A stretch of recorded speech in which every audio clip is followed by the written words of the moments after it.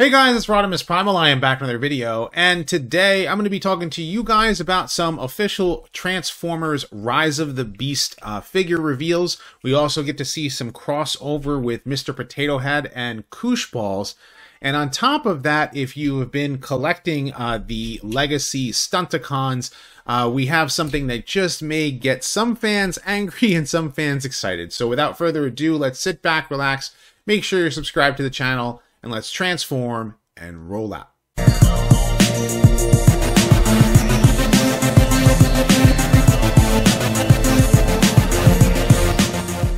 So I want to thank each and every one of you guys who have been supporting the channel so far, whether you are a regular subscriber or you just tuning into the channel for the first time. I normally do a lot of retrospectives and discussions and Transformers news and toy reviews, and I've got all of that coming down the pipeline. And those of you who have been supporting the channel through Patreon or my channel memberships, I greatly appreciate each and every one of you. Also, I want to point out my Teespring store, which does have some pretty cool t-shirts like my Kickin' It Old School or Friendosaurus. You can check them out as well. So let's get into the Transformers news. So the first thing I want to talk to you guys today about is the Mr. Potato Head crossover. Actually, they're called Pop-Taters, and I think they're called that because it's kind of like a crossover line with Mr. Potato Head, where they basically make these Mr. Potato Head things like they have a Bob Ross one and they have a Kiss one, and this one in particular is Optimus Prime, and it's kind of silly, but that face is just not doing it for me. If someone can make a Mr. Potato Head faceplate to go over that, yeah, maybe I would say yes, but not with that nose and not with that mouth. And to add to another thing that I'm not really probably going to collect myself, but just something to talk about, it's kind of funny, is the Koosh Ball crossover with both Optimus Prime and Bumblebee. Of course, they're using the evergreen designs. And yeah, Koosh Balls are fun, but I've never been it's like one of those things, like you get it and you can play with it. You can have fun with it with your kids. You can throw it around the house, whatever, and you don't have to worry about anything. Well, I mean, if you knock something over, as long as you don't hit any china, you're okay. But with the hard plastic that they usually use on these things, it's becomes more of a hazard in my opinion. But then again, it is kind of something cool. It's a collectible, that I'm sure some fans are going to be excited about. Now, for those of you who have been following the Ride-In project, yeah, they are continuing on with the Masterpiece scale, or it's actually Masterpiece Trainbots. So they've been doing is they've been individually releasing each of the Trainbots themselves, and currently I think most of them are on Entertainment Earth, and I have the affiliate link in the description for. But right now, currently, they're taking pre-orders on the 5th in the Ride-In project, and they're also showing off some more images of them combined. So the next one is going to be Saizen. I've not really talked about them because they're really expensive. It's like $140 to $160 per Trainbot. So you sit there and you look at it and you go, that's a lot of money. I mean, I really do wish that they would release more of a retail scaled, legacy Trainbot, that it is a combiner as well.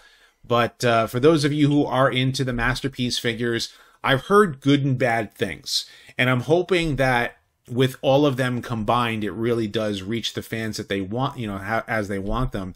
And I do like the way that all the figures look all together. I mean, from the official images, clearly, because they're so expensive, I have not been able to get them myself, but seeing them combine with Raiden as he forms one of the arms, he's going for, I think it's $150, I think, or $160 for Saizen in particular. And if I'm butchering that name, I'm sorry, but I'm sure that it's Saizen, I think is how you pronounce it. But Raiden was one of the cool Transformers from the Headmasters anime, if you're not familiar with that. Basically what it is that Skylynx was no longer, wasn't being sold in Japan, and so they brought in the Trainbots to replace Skylynx to face off against Predaking.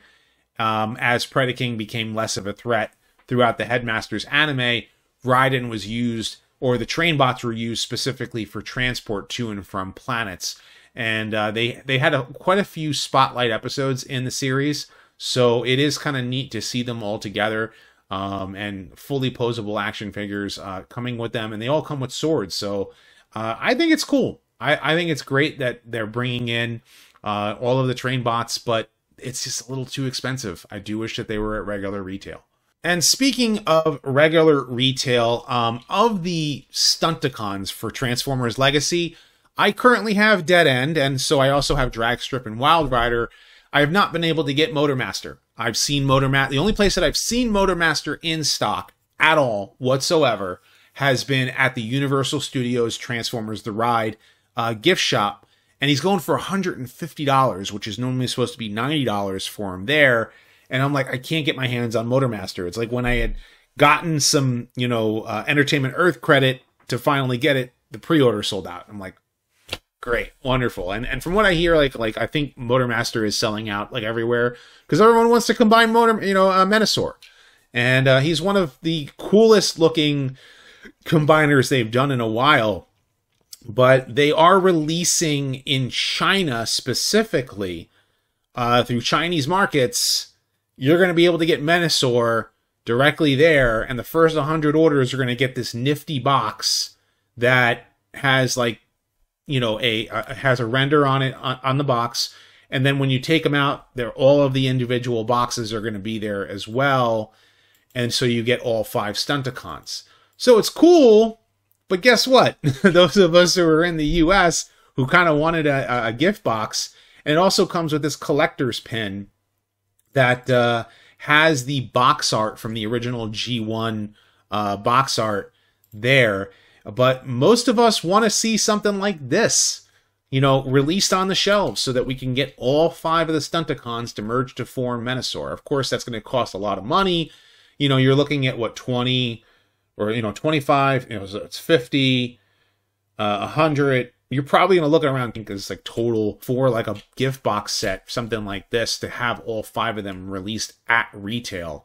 But it would be cool to get them, you know, all together because, you know, yeah, I'm going to get Breakdown because, and I know that I'm waiting to see what third party does to like adjust that car to make it look more like a Lamborghini and less like a Ferrari, you know, for Breakdown in particular.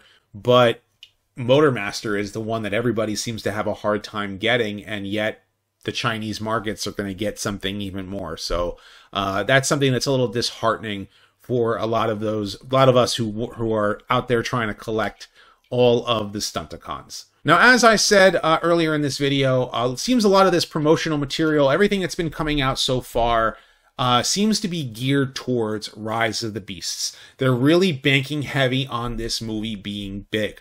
You got to remember, Transformers The Last Night was a financial flop for Paramount. It actually almost bankrupted the studio. And Bumblebee was actually, you know, it was profitable for them because it was a lower budget film. It actually got into the heart and soul of the Transformers characters. You had Transformers on screen that were recognizable. You were actually able to see what was happening on screen. And that isn't even talking about the big opening sequence, which all of us old school fans really, really loved, especially seeing some of our favorite characters on the big screen for the first time. Was like, oh my gosh, I can't believe I'm seeing Wheeljack, and I can recognize Wheeljack on screen. Since I've been waiting since I was like 5 years old, you know, waiting to see Arcee and Brawn and, you know, a big battle on Cybertron and Soundwave actually look like Soundwave and Shockwave and Starscream and all that. Like that was the opening sequence. But the rest of the movie was, while it was rather slower paced, the action was great. The Decepticons were actually Decepticon characters. And it made us excited to see where they would go with Rise of the Beasts. And now it's been 5 years, and Rise of the Beasts seems to be like where they're really banking a lot of their promotional material on. And in particular, at a zoo in Australia, they actually have a lot of this stuff put onto some of the placards around the animals. So they're doing this promotional material with Optimus Prime and Optimus Primal and Bumblebee and Cheetor. So if you actually go see the white rhinoceros at that zoo, you're going to see this with Rhinox there. If you go and see the cheetah exhibit, you're going to see something here with Cheetor and, you know, hear him in cat mode. Of course, see the movie June 8th. So it's going to be a big summer blockbuster, right? And you know something, I'm really excited to see the beasts on screen in particular, but I'm hoping that they do them right. You know, it's already enough that we're not getting the Gary Chalk and Peter Cullen meeting moment. We're not getting, you know, from what we can see so far, we're not getting Predacons, or at least as far as all the promotional material is showing, we're not going to see any of the Predacons. We're going to get Terracons as the villains. And the Terracons and some of the action figures have actually been leaked by this point. So, you know, like we were already getting to see what Battletrap looks like, and that was something they were trying to get ahead of some of the figures getting released. And I like the way Battletrap looks, by the way. Yeah, okay, he's not a Duocon, but I never expected them to do Duocons in a live action film. I never expect them to get, you know, any of the, like, you know, not really characters out there done in with all of their gimmicks and stuff like that. But I expect the characters to be awesome. And yeah, this one looks great. Battletrap looks fantastic. I like the vehicle mode. I like the robot mode. I think he actually looks really cool, and I'm glad he has a Decepticon symbol, because they've been promoting the fact that the Terracons are the villains, but Battletrap is going to be working with the main villain, Scourge. And Battletrap looks the best out of it, because what we're getting to see here is what Scourge looks like as far as an action figure is concerned.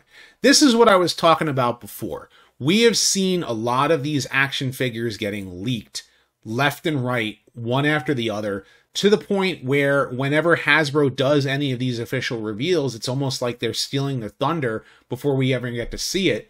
And whether we get excited about it or not getting excited about it. Of course, there's this big spoiler event where Bumblebee is being held up by Scourge.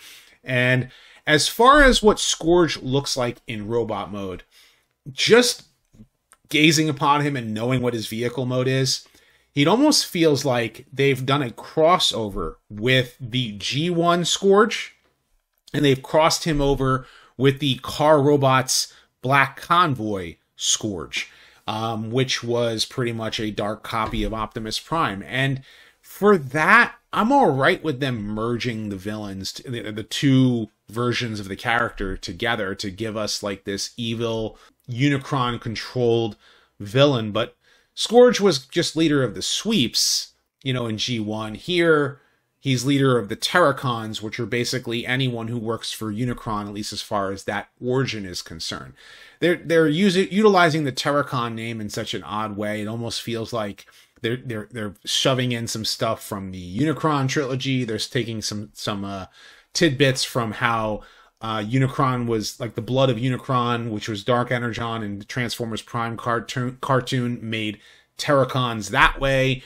So, like, it's like, which version of the Terracons are we using here? Really, it's pretty much any of the Transformers that work for Unicron. And that's from what we've heard from promotional materials. A lot of this stuff is getting leaked out there. You know, looking at his face, I mean, yeah, he's got that weird, like, beard that he had back in G1, and then yet he has this weird, almost Decepticon symbol, almost Unicron-looking helmet. And then he's got this weird, like, thing hanging down from the side. And like I said, I think he actually looks okay, but he kind of looks plain. In truck mode, he looks great, right? The truck mode looks fine, except for the fact that it's missing some of the details from the actual vehicle that's being used in the film. He does have all of the faction symbols on his chest there, but he's lacking some color. I wish that he had some, like, maybe some, like, highlighter blue or some some darker reds to kind of like the way the Fallen looked in the Dreamwave comics, that he was always on fire. It's where, looking at this version of Scourge, he almost is like, he's too plain. And Battletrap with that bright orange, it really makes him stand out. It really brings in that color.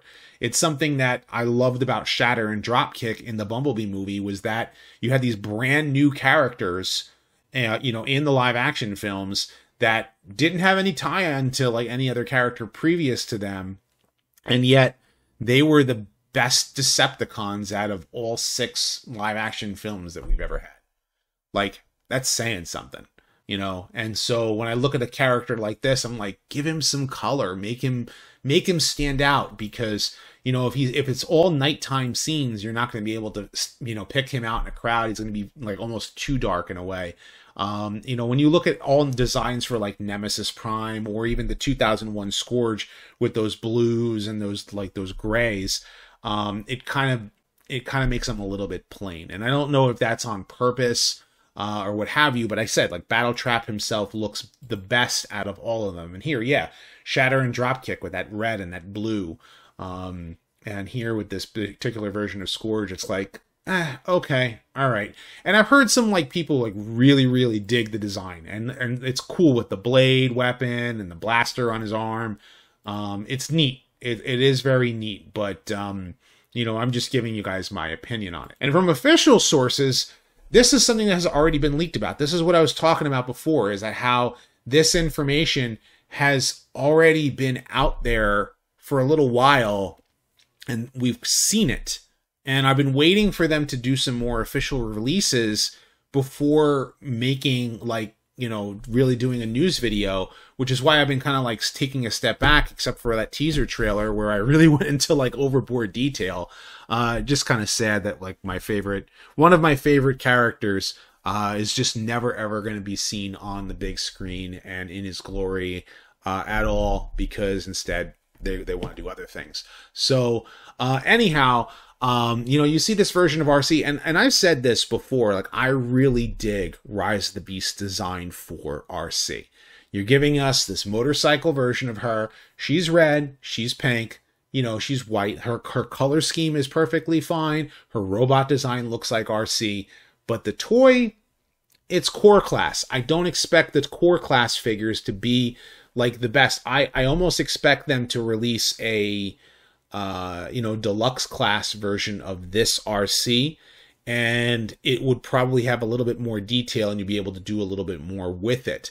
That being said, the promotional material does make the motorcycle mode and the robot mode kind of look mistransformed, and I don't know if that's on purpose or if it's just what we're looking at as a mistransformed figure, and they quickly got the picture together and by somebody who didn't know how to transform it, and got a promotional material out there because they realize that it's like people have already seen it. So the next image that we get to see is this character named Freezer. We didn't know who he was before, but apparently he's one of the Terracons. Looks like General Grievous with a Michael Bay inspired head. It's just, I don't care for it. It's like, you know, it's fine. It's a new character. Probably going to get stomped on by the Autobots, probably going to get decapitated somewhere, but with 4 arms, we don't even know what he transforms into. It says that he transforms into a battle weapon. Well, there's no material for that battle weapon. So they just had this image of him in robot mode, snapped a picture of it, says that he transforms, but there's no promotional material for him in gun mode at all. The other promotional material we finally got is getting to see the Rise of the Beasts Studio Series Airrazor. Her Kingdom figure was fantastic, I will say. Like, her Kingdom figure was great. It was retooled as Pterosaur, and now it's been retooled again specifically for Rise of the Beasts. So you can already see it's the same transformation. It's the same weapons as the Kingdom figure, but it's like all of the design is like completely changed on the from the inside out, yet at the same time is very different. I like it. You know, it's not something I would collect myself because I'm very happy with the Kingdom figure. Being a Beast Wars fan myself, which I will say, like, this figure in particular, this Kingdom, you know, this Legacy Megatron, freaking awesome figure. And I'm going to do a review on that one. But anyway, you know, this Airrazor figure looks great. If you are into like the live action, you know, movie figures, if this is the way the character looks on screen, then yeah, go for it. Definitely get this figure in your collection. But like I said, I'm very content with the Kingdom figure.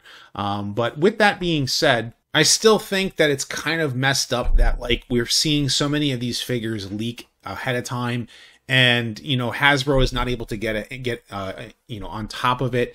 But at the same time, I'm like, I kind of want to see it myself anyway, so I could see if the movie or the figures are going to be any good. And yeah, pretty much I'm on like, okay, Legacy is where I'm at. You know, I know a lot of live action fans are going to be going for the studio, you know, these Studio Series figures or the Rise of the Beast stuff. But the movie itself, I'm hoping is good. I don't want to have to like force myself to hate watch it, like kind of thing where, you know, because for a lot of us who felt like the Bumblebee movie was kind of like a step in the right direction, I'm hoping that Rise of the Beast goes in a direction that makes older and newer fans happy to be able to sit in front of the big screen and be able to see Transformers battling again. But I don't know what you guys think. Are you excited for Rise of the Beast? Are you excited about these action figures? What do you think about the leaks? And what do you think about these oddball crossovers and the Masterpiece figures for the Trainbots? Of course, leave your thoughts in the comment section below. Be sure to thumbs up this video and subscribe. Check out my other videos as well. I have many more Transformers discussions, news, retrospectives, and more coming down the pipeline. So stay tuned for all of that. And as always, guys, until next time, till all are one.